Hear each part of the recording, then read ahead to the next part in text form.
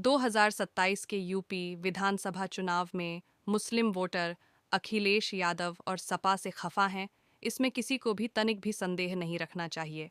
सपा से कुछ वोट टूटकर बसपा में भी आ रहा है और कुछ असवद्दीन ओवैसी की तरफ भी झुकाव दिखा रहा है। जिनका ओवैसी की तरफ झुकाव है वो बड़ी कन्फ्यूजन में है, क्योंकि उनको ये भी मालूम है कि अकेली कुछ मुस्लिम वोटों के बलबूते भाजपा को हराने की बजाय भाजपा को फायदा पहुंचने के ज्यादा चांस है। इनको मालूम है कि अखिलेश यादव अपनी जुबान पर मुसलमान शब्द भी नहीं आने देता, तो भला वो ओवैसी की पार्टी से गठबंधन क्यों करेगा। और न ही यादव वोट किसी भी सूरत में ओवैसी के साथ गठबंधन होने की सूरत में मिल सकते। अन्य राज्यों की तरह यादव वोटरों की यूपी में 2014 के बाद से पहली पसंद भाजपा बनती जा रही है। यादवों के लिए सपा अब दूसरे नंबर की पार्टी बनती जा रही है।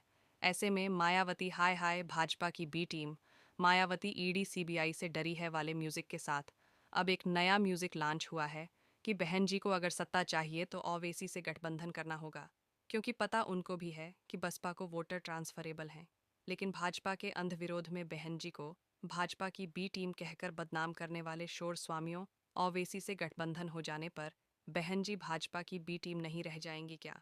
क्या ओवैसी फिर भाजपा की बी टीम नहीं माना जाएगा क्या?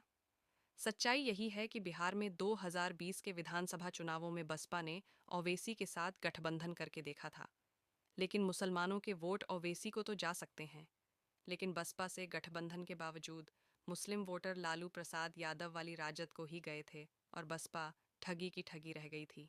पहली बार में ही चुनाव लड़कर ओवैसी की मजलिस 5 विधायक जीत गए थे और बसपा सिर्फ 1 विधायक ही जीत पाई थी। इसमें कोई शक नहीं कि ओवैसी साहिब बहन जी का बहुत सम्मान करते हैं और बहन जी भी ओवैसी साहिब का पूरा सम्मान रखती है और बहन जी कभी भी उनके विरुद्ध एक भी शब्द नहीं बोली है। लोकसभा 2024 में भी ओवैसी की हैदराबाद सीट के चक्कर में केसीआर चंद्रशेखर की बीआरएस का बीएसपी से गठबंधन नहीं हो पाया था, क्योंकि केसीआर हैदराबाद वाली सीट बसपा को चिपकाना चाहता था ताकि ओवैसी को हराया जा सके। लेकिन बहन जी ने इस बात पर सहमति नहीं जताई और बीआरएस से गठबंधन तोड़ दिया था। तेलंगाना प्रदेश अध्यक्ष आरएस प्रवीण कुमार इसी बात से खफा हो गए थे, क्योंकि बहन जी हैदराबाद सीट पर अपना उम्मीदवार उतारने से मना किया था और इसी अनबन के चलते उन्होंने पार्टी से इस्तीफा दे दिया था और बीआरएस ज्वाइन कर ली थी।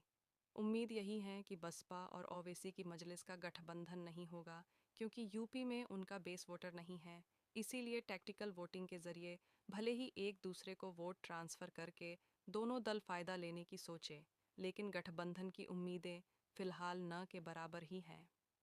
अगर मुस्लिम समाज भाजपा विरोध में पगलाने की बजाय अपने समाज के प्रति वफादारी निभाते हुए दलित मुस्लिम समाज के 42% वोट बनते हैं, उसको सीटों ने कन्वर्ट करने की सोच रखे, जहां 5 से 7 सीटों पर जहां ओवैसी के उम्मीदवार के जीतने के चांस बनते हैं वहां एक तरफा वोटिंग उनको करे, और जहां बसपा के मुस्लिम उम्मीदवार और दलित वोटर मिलकर जीतने के हकदार दिखते हो वहां बसपा के मुसलमान उम्मीदवार को जीताने में एकजुट होकर वोट की जाए, और जहां सपा का मुस्लिम उम्मीदवार और यादव वोटर मिलकर जिताने के नज़दीक हो वहां सपा को जिताकर देख ले।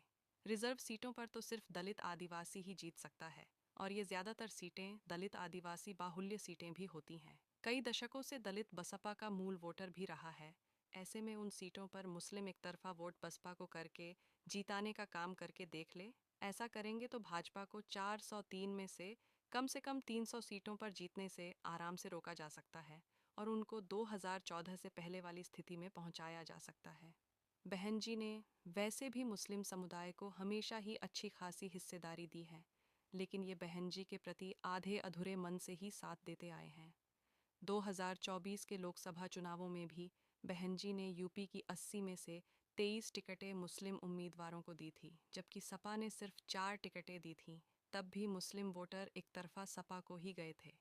2027 में भी बहन जी 403 में कम से कम 75 से 80 सीटें ज़रूर मुसलमान उम्मीदवारों को देंगी, और हो सकता है ये आंकड़ा 90 पार भी हो जाए।